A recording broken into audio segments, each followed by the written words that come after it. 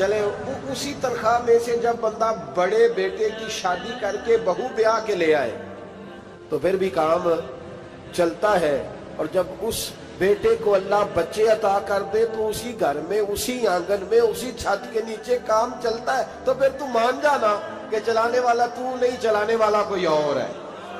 پھر تو مان جا کے چلانے والا کوئی تو اس وقت جب تنخواہ تیری لگی تھی تو کہتا تھا ابا ابھی میری شادی نہ کر، میں بیوی کو کیسے کھلاؤں گا؟ تو وہی شخص ہے جس کی چھت کے نیچے پھر 1.5 درجن پوتے بھی پل رہے اور گزارا ان کا بھی ہو رہا ہے۔ تو رزق کا ذمہ کس کا ہے؟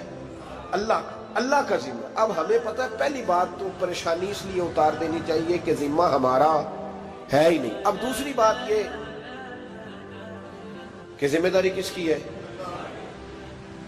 اللہ حکیم بھی ہے اور علیم بھی ہے، حکیم بھی ہے اور جانتا بھی ہے اور اسے پتا بھی ہے کہ دینا کس طرح ہے۔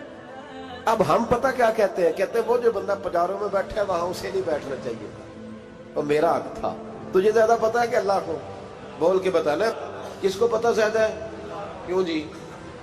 تو آپ اصل ٹینشن پتہ کب لگتی ہے؟ جب بندے کہتے ہیں نہیں وہ پجاروں میری تھی، میرا حق تھا۔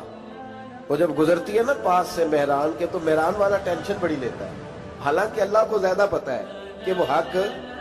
ایک بات اپنے ذہن میں یاد رکھ لیں، رٹ لیں کہ جو میرے لیے بہتر تھا میرے رب نے مجھے دے دیا، اور بات ختم ہو گئی۔ بس وصل اچھا ہے نہ فراق اچھا ہے، یار جس حال میں رکھے وہی حال اچھا ہے۔ بس جو میرے حق میں بہتر تھا میرے رب نے مجھے، مسئلہ یہ ہے کہ تو اس پہ راضی ہونے کو تیار نہیں۔ حضرت علی کرم اللہ تعالیٰ وجہ الکریم نے میرے نبی پاک کی ایک حدیث بیان کی ہے، اور جناب علی جب یہ حدیث بیان کیا کرتے تھے تو حضرت مجاہد فرماتے ہیں یوں لگتا تھا کہ جیسے حضرت علی ہمیں ہر پریشانی سے نکال رہے ہیں۔ مولا علی شیر خدا رضی اللہ تعالیٰ عنہ فرماتے ہیں کہ مجھے میرے نبی پاک صلی اللہ علیہ وسلم نے ایک طریقہ دیا تھا ٹینشن فری ہونے کا۔ آپ فرماتے ہیں مجھے تو بڑا راس آیا ہے، تم بھی اگر کر لو گے تو تمہیں بھی فائدہ دے گا۔ کہا وہ کیا؟ حضرت علی کہنے لگے محبوب علیہ السلام نے فرمایا تھا لوگوں تم اللہ کے دیے ہوئے تھوڑے رزق پہ راضی ہو جاؤ، وہ تمہاری تھوڑی عبادت سے تم سے راضی ہو جایا کرو۔ بس تم 2 نفل بھی پڑھو گے تو اللہ راضی ہو جائے گا، تم 1 رکوع بھی سویرے اٹھ کے پڑھو گے تو وہ راضی ہو جائے گا، وہ تمہارے 313 درود شریف سے راضی ہو جائے گا، تم اس کے دیے ہوئے تھوڑے رزق سے راضی ہو جاؤ۔ ٹینشن اس لیے ہوتی ہے کہ ہم راضی نہیں جو اس نے ہمیں دیا ہے۔ وہ حل میں مزید کی جو دوڑ ہے نا، حل میں مزید کی، بے قدرہ کچھ قدر نہ جاتی، کیتی خوب تسلی ہو، دنیا دار پجاری زردے، کتیاں دے گل ٹلی ہو، بک بک روشن اکھیاں تکیو ویک حویلی کلی ہو، تے کوچ نصیر اساں جد کیتی پہ جانی تھر تھلی ہو۔ تو یاد رکھیں یہ جو ہے نا مصیبت کے مال آ کیوں نہیں رہا، وہ سامنے والا پلاٹ میرے گھر کے سامنے ہے گھر کے سامنے، پر رجسٹری میرے نام کیوں نہیں؟ یہ مصیبت سانس نہیں لینے دیتی۔ موٹر سائیکل کھڑی کرتا ہے نا جب آ کے دکان سے روٹی کھانے آتا ہے، دفتر سے گھر آتا ہے، کاروبار سے آتا ہے، تو جہاں موٹر سائیکل کھڑی کرتا ہے وہ ٹینشن بڑی ہے کہ کبھی میری ہو جائے نا یہ والی جگہ، تو میں یہاں بھی بورڈ لگاؤں اپنے نام۔ اس نے مالی پریشانی پیدا کی۔ تو جس حال میں ہے، کیونکہ تو نے اپنا یہ حال خود نہیں بنایا، جس نے بنایا ہے وہ بڑا بہتر جانتا تھا کہ تو اسی حال میں اسے اچھا لگتا ہے۔ تو اسے اسی حال میں، ایک بزرگ تھے تو ان کی طبیعت بڑی علیل ہو گئی، بیمار ہو گئے، تو اللہ نے آزمائش دی تو کیڑے پڑ گئے وجود میں۔ ایک کیڑا یہاں سے کھا رہا تھا، اللہ والے بڑے راضی رہتے ہیں اس کی رضا پہ، تو کیڑا یہاں کھا رہا تھا تو نیچے گر گیا، تو بابا جی نے اٹھا کے پھر وہاں رکھ لیا، کہنے لگے جب اس نے تیری ڈیوٹی مجھے کھانے کی لگائی ہے تو میں اس بات پہ راضی ہوں، تو نیچے کیوں گرتا ہے؟ بس ٹھیک ہے کھا، جب اس نے تجھے ڈیوٹی جو تیری لگائی۔ سالبہ بن عبد الرحمن ایک صحابی تھے، سالبہ غالباً، نبی پاک صلی اللہ علیہ وسلم کی خدمت میں آئے، کہنے لگے یا رسول اللہ صلی اللہ علیہ وسلم غربت بڑی ہے، میرے لیے دعا کریں اللہ زیادہ مال دے۔ تو محبوب صلی اللہ علیہ وسلم نے فرمایا تو جس حال میں اچھا ہے وہ تیرے لیے بہتر ہے، اس میں تو ہے وہی حال تیرے لیے۔ مشکل ہے نا یہ جواب سننا؟ کہتے پیر صاحب فلان جگہ سے تویز آیا، وہاں تو وارے نے آرے ہو گئے، تو آپ کے ہاں؟ تو میں کہتا ہوں یہ تویز دینے والا اگر تویز دے کے امیر بناتا ہے تو پہلے خود کیوں نہیں بنتا؟ یہ خود تو 150 کا تویز بیچ رہا ہے، اپنی بیچارے کی حالت یہ ہے۔ اگر اتنا ہی تویز اس کا چلتا ہوتا تو پہلے 5 پجاروں اس کے دروازے پہ کھڑی ہو۔ عجیب چکر ہے اور عجیب جگہ لوگ الجھ گئے، سمجھتے ہی نہیں بات کو۔ یا رسول اللہ صلی اللہ علیہ وسلم دعا کر دے تو محبوب نے کیا فرمایا؟ فرمایا تو جس حال میں ہے نا وہ حال تیرے لیے بہتر ہے، اسی میں رہ۔ کہ نہیں حضور دعا کرے۔ فرمایا سال بعد تو باز آ جا۔ حضور دعا کرے۔ فرمایا تو باز آ جا۔ 2-3 دفعہ کا ضد کی، محبوب نے فرمایا جا، پھر اللہ تجھے زیادہ پیسے دے گا۔ چند بکریاں خریدی، اتنی برکت ہوئی کہ بکریوں کے ریوڑ بن گئے۔ پھر کچھ بکریاں بیچ کے گائے خرید لی، ان کے بھی ریوڑ ہو۔ پھر کچھ اونٹ اونٹنیاں لے لی، ریوڑ ہی ریوڑ۔ پہلے 5 وقت مسجد میں آتے تھے، اب فجر اور عشاء رہ گئی۔ پھر مال زیادہ ہوا تو مدینے شہر میں کوئی جگہ ہی نہیں، مدینے سے باہر حویلی خریدی، پھر جمعہ ہی رہ گیا۔ جمعے کے جمعے آتے، زکوٰۃ کا حکم آیا۔ میرے نبی کریم علیہ السلام نے حضرت ابو ہریرہ کو بھیجا، فرمایا جا اسے کہہ تیری زکوٰۃ بنتی ہے 2.5%۔ 10 کروڑ روپیہ ہو تو کتنی زکوٰۃ بنتی؟ بھئی 1 کروڑ کی 2.5 لاکھ ہوئی نا، تو 10 کروڑ کی کتنی ہوئی؟ تو بڑی مصیبت ہے جب بینک سے میسج آتا ہے نا کہ 25 لاکھ نکل گیا تیرے اکاؤنٹ سے، بہت بڑی مصیبت، بڑی ٹینشن ہوتی ہے۔ ایک صاحب میرے پاس آئے، ان کی زمین اچانک مہنگی ہو گئی، اچانک پہلے کچھ 15-16 لاکھ کی ایکڑ زمین تھی، پھر وہ کروڑ کی ہو گئی۔ تو میرے پاس آئے، کہنے لگے وہ 10 کروڑ روپے بنتے ہیں تو زکوٰۃ، تو میں نے کہا آپ نے کیا کیا؟ زری زمین پہ عشر آتا ہے، اس پہ زکوٰۃ نہیں آتی، تو آپ نے کیا کیا؟ کہنے لگے وہ کچھ سوسائٹی کے رول کے مطابق میں نے فائلیں وغیرہ لے لی ہیں، اب میں نا کبھی موقع آئے گا تو ان کو بیچوں گا۔ تو میں نے کہا اب تو آپ کا یہ مال ہو گیا بزنس کا، تو اب تو اس پہ زکوٰۃ آئے گی۔ 10 کروڑ پہ جب 25 لاکھ سنا تو کہنے لگے فوراً دینی پڑتی ہے کہ تھوڑی تھوڑی سے بھی کام چل جاتا ہے؟ تو میں ان کا چہرہ دیکھنے لگا، میں نے کہا نہیں وہ تو آپ کو پتہ ہے، ویسے حضرت عمر فرمایا کرتے تھے بانٹ کے نہ دو، کوشش کرو کسی ایک کو ہی دو، چلو کسی کا تو کچھ بن جائے، تو ایک کو ہی دینی چاہیے۔ کہنے لگے تو مطلب یہ ایسا ہی حکم ہے؟ میں نے کہا آپ کسی اور سے تحقیق کر لیں۔ اب یہ بھائی لیتے وقت نہیں تجھے ٹینشن ہوئی کہ 15 لاکھ کا کروڑ ہو گیا، تو اس وقت کبھی تو نے کہا کہ یا اللہ، تو یہ کیسی سوچ ہے مسلمان؟ کس طرح کا اس کا؟ ہمارے ہاں جب کسی آدمی پہ حالات خراب ہوتے ہیں نا تو سب سے پہلے وہ اس طرح کرتا ہے کہ جو میں کہیں اللہ کے رستے میں دیتا ہوں پہلے اسے بند کروں۔ جس رستے تجھے آ رہا تھا پہلے تو نے وہ رستہ بلاک کیا۔ حضرت اسماء بنت ابی بکر صدیق کہتی ہیں میں حضور کو مسجد کے لیے، ادارے کے لیے، صحابہ صفہ کے لیے کچھ دے رہی تھی، تو میں نے گننا شروع کیا تو حضور مسکرانے لگے۔ حضور مسکراتے کیوں ہیں؟ تو فرمانے لگی، محبوب فرمانے لگے اسماء اللہ کے رستے میں گن گن کے نہ دیا کر، ورنہ وہ بھی تجھے گن گن کے دے گا، تو اس کے رستے میں بے حساب دے، وہ بھی تجھے بے حساب ہی عطا فرمائے۔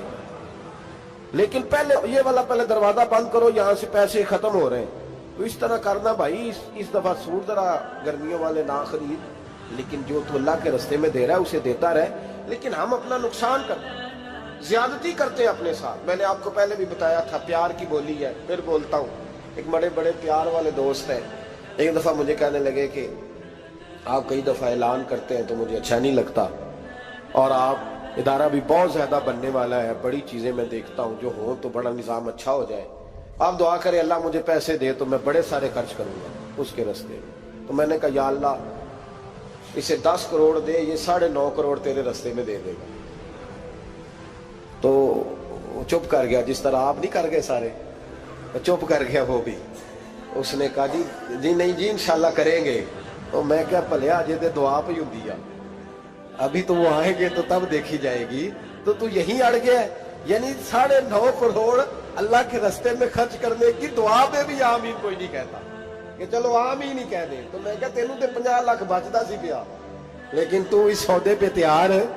جب یہ سوچ ہوتی ہے، یہ غلط سوچ ہے، یہ بات تو اگر تے مسکرانے والی، لیکن یہ سوچ صحیح نہیں۔ حضرت عثمان غنی رضی اللہ تعالیٰ عنہ کہتے ہیں جس وقت نبی پاک صلی اللہ علیہ وسلم نے اعلان کیا نا جنگ کے موقع پر کہ 800 سپاہیوں کا خرچہ چاہیے، کہتے ہیں میرے پاس 600 کا تھا۔ یہاں ایک روایت میں حضور نے 1000 کا اعلان کیا تو میرے پاس 800 کا تھا۔ جب 2-3 دفعہ نبی پاک نے اعلان کیا تو کہتے ہیں میں نے کھڑے ہو کے کہا یا رسول اللہ پورا 800 میری طرف سے۔ کہتے میں نے 200 سپاہی کا خرچہ ادھار اٹھایا لیکن پورے 2 مہینے نہیں گزرے تھے، رب کریم نے مجھے کئی گنا کر کے پیسے واپس عطا فرما دیے۔ پر بات تو یہ ہے کہ تیری وہاں لو لگی ہو، تو تجارت کرتا ہے ان لوگوں کے ساتھ جو کیا دے سکتے۔ تو سالبہ کے پاس حضور نے پیغام بھیجا، پہلے تو کہا تیرے لیے بہتر نہیں مال، جب اصرار کیا تو اب بڑی برکت ہو گئی، بڑا آیا تو فرمایا زکوٰۃ دے، 2.5% زکوٰۃ ہے۔ اب جب سوچا کہ 5 اونٹوں پہ ایک بکری جائے گی اور بڑا سارا مجھے دینا پڑے گا، اب جب غور کیا تو یہ تو نہ کہا کہ میں نہیں دیتا۔ حضرت ابو ہریرہ سے کہنے لگے نبی کریم علیہ السلام کی خدمت میں عرض کرنا کہ میں خود آؤں گا۔ حضرت ابو ہریرہ نے آ کے عرض کی یا رسول اللہ صلی اللہ تعالی علیہ وسلم، حضور وہ کہتے تھے میں خود آؤں گا، تو کہتے ہیں محبوب نے ٹھنڈی سانس لی، فرمایا اسے کہا تھا کہ تیرے لیے مال بہتر نہیں، اب ہلاک ہو گیا، ہائے افسوس ہلاک ہو گیا۔ ان کو بھی تھوڑی دیر کے بعد احساس ہوا کہ یہ میں نے کیا کیا، نبی پاک کو ہی کہہ دیا نہیں ہے، حضور کو کہہ دیا بعد میں آؤں گا۔ اب دوڑے آئے، عرض کی حضور میں سارا کچھ لے کے آیا ہوں، قبول کر لیں۔ محبوب نے فرمایا گویا بلال حبشی کی خشک کھجور بھی قبول ہے، اور صہیب رومی ایک اٹی باندھ کی لائے تو وہ بھی قبول ہے، اور عمار بن یاسر اور مصعب بن عمیر اگر 2 دینار دے جائیں اور کوئی پرانا جوڑا کسی سپاہی کے لیے چھوڑ جائے تو وہ بھی قبول ہے، لیکن تو اپنا لاکھوں لے کے چلا جا، تیرا کوئی نہیں قبول، معاف کر دے۔ فرمایا جا معاف کیا، پر پیسے لے کے نہ آنا۔ اگلے سال پھر آئے، بندے ہوئے ہاتھ ہیں، محبوبہ میں دولت کا کیا کروں گا، آگ لگانی ہے، قبول کر لیں۔ فرمایا تو لے جا، تیرا نہیں قبول، گرا جو ان کی نگاہ سے وہ سنبھل نہیں سکتا۔ حضور نے وصال ظاہری کیا تو جناب صدیق اکبر کے پاس آئے، لاکھوں کا مال، ابو بکر قبول کر لو، تو جناب صدیق اکبر کہنے لگے اس کا کر لو جس کا نبی نے نہیں کیا، چل جا کوئی نہیں چاہیے۔ حضرت عمر کے زمانے میں قحط پڑ گیا، بارشیں نہیں ہوتی، غلہ نہیں ملتا، حالات خراب ہے، مالی طور پہ بحران آ گیا، غربتیں، مجبوریاں، تکلیفیں، آ کے روئے، عمر میرا قبول کر لو، مجھے معافی تو مل گئی تھی نا۔ فرمایا معافی اپنی جگہ پہ، پر جس کا مصطفیٰ نے قبول نہیں کیا۔ بہت سارے لوگوں کو پتہ ہی نہیں کہ ان کا قبول ہی نہیں ہوا، اور وہ الجھے ہوئے ہیں، انہیں خبر ہی نہیں کہ اصل بات کیا ہے۔ فرمایا جس کا مصطفیٰ کریم نے قبول نہیں کیا، اب ہیرے اور جواہرات بھی لے کے آئے تو بھوکے مریں گے، پر اس کا قبول، اس بات پہ راضی رہو، اس حال میں اللہ نے رکھا ہوا، اس حال میں راضی رہو۔ یہ جو مصیبت ہے نا دیکھنی کہ وہ بھی میرے پاس، تمہیں کیا پتا، کبھی پوچھ تو صحیح اس سے وہ کس مصیبت کا شکار ہے، جو مالی طور پہ بڑا امیر ہے، تو اس کی طرف دیکھ کے اپنا دل برا کرتا ہے۔ بس جس حال میں رب نے رکھا ہے اس حال میں رہ۔ حضرت عثمان غنی کے زمانے میں تو وہ وصال کر گئے، لیکن بھائی تو جس حال میں تیرا رب تجھے رکھتا ہے اس حال میں رہ، تیری مالی پریشانیاں ختم ہو جائیں۔ میں نے پہلے بھی شاید آپ کو ایک دفعہ کہا تھا، میں تعلیم سے فارغ ہوا تو میرے ایک استاد اور میرے کچھ دوست کہنے لگے افریقہ آ جائیں آپ، وہاں بہت بڑا ادارہ ہے، اس کو چلائیں، اس کو سنبھالیں۔ میری والدہ سے میں نے کہا، اس طبیعت ہوتی ہے نا انسان کی، میرا بھی دل لگ گیا۔ میری اماں پڑھی نہیں تھی لیکن اللہ نے دانائی بڑی عطا فرمائی تھی، حکمت بڑی تھی، سیانی بڑی تھی۔ تو میں نے کہا اماں جی وہ مجھے ساؤتھ افریقہ کی دعوت ہو رہی ہے تو آپ کیا کہتی ہیں؟ تو اٹھ کے میرے پاس آ گئی اور مجھے انہوں نے اپنے بازوؤں میں لے لیا، پھر میرا ماتھا چوما، کہنے لگی پتر میں تے وال بھی نہ پوٹ کے دیوا کسی نے، ہم نے دولت کا کیا کرنا، تو اللہ کا نام لے کے کہیں بیٹھ جا، رب کریم رون کے لگا دے گا، خیر ہو جائے۔ تو میرے بھائی یاد رکھیں ان چیزوں سے تھوڑا سا دیکھیں نا، قناعت کریں، جو اللہ نے دیا اس پہ راضی ہو جائے، اللہ بڑا مہربان ہے، وہ آسانیاں کر دیا کرتا ہے۔ تو یاد رکھیں میرے رسول کریم علیہ السلام نے ایک تو ہمیں درس یہ دیا ہے کہ تو سمجھ جا، قرآن نے ہمیں بتایا ہے کہ روزی تیری ذمہ داری نہیں، روزی کس کی ذمہ داری ہے؟ اللہ کی۔ اور دوسری بات یہ کہ جو اللہ نے تمہیں دیا ہے اس پہ تو راضی ہو جا، تیری مالی پریشانیاں ختم ہو جائیں۔ اور پھر حضور صلی اللہ علیہ وسلم نے فرمایا مذہبی طور پر جب دیکھو تو آگے دیکھو، اور دنیاوی طور پر جب دیکھو تو پیچھے دیکھو، پریشانی ختم ہوگی۔ مذہبی طور پر جب دیکھو، جو 5 نمازیں پڑھتا ہے وہ تہجد پڑھنے والے کو دیکھے، اور جو تہجد پڑھتا ہے وہ اشراق چاشت پڑھنے والے کو دیکھے، اور جو بندہ اشراق اور چاشت پڑھتا ہے پھر اس کو دیکھے جو سارا دن مصطفیٰ پہ درود پڑھتا ہے۔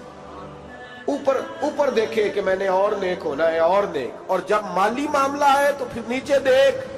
اگر تو بیٹھا نا پجاروں پہ تو پھر ٹوڈی والے پہ نظر کر اس کا کیا حال ہے، اور اگر تو وہاں بیٹھا ہے تو دیکھ مہران والا بھی تو گاڑی چلا ہی رہا ہے، اور اگر تو وہاں ہے تو موٹر سائیکل والا دیکھ، اور تو وہاں ہے تو پھر سائیکل والے پہ نظر، اور اگر تو سائیکل والا ہے تو پیدل والے کو دیکھ، اگر تو کرائے کے مکان میں رہتا ہے تو پھر جھونپڑی والے کو دیکھ، اور اگر تو جھونپڑی میں رہتا ہے تو پھر بھی پریشان نہ ہونا. کچھ ایسے بھی ہیں جنہیں جھونپڑی بھی نصیب نہیں، جو سڑک پہ لیٹے ہوئے. اور اگر تو تندرست ہے نا تو کبھی جا کے ہسپتال میں دیکھ حال کیا ہے، لوگ کس حال میں ہیں. تو ہم شکر نہیں ادا کرتے، اس کا نقصان کیا ہوتا ہے، نعمتیں چلی جاتی ہیں. اللہ فرماتے ہیں لَإِن شَكَرْتُمْ لَأَزِيدَنَّكُمْ، تو شکر ادا کر میں نعمتوں میں اضافہ کر دوں.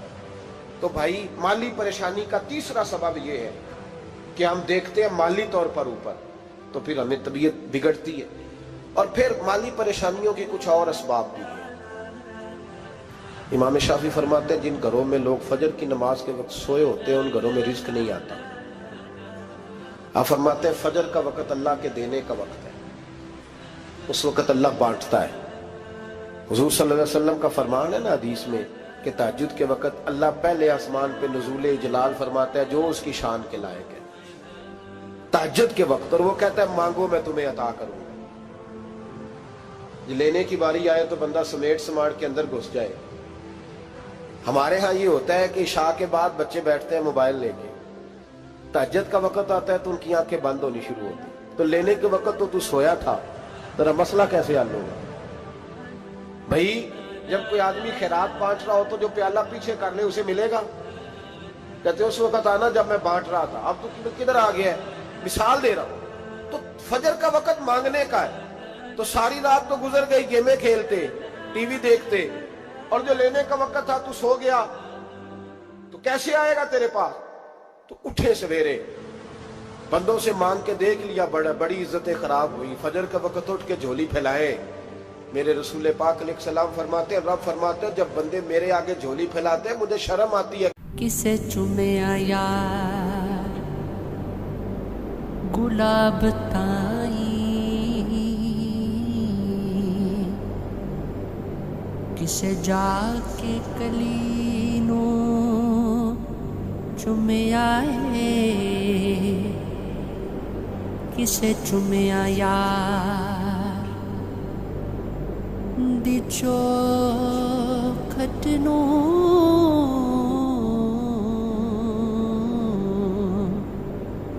کسے جا کے گلی نو چومیا ہے، کسے چومیا حاکم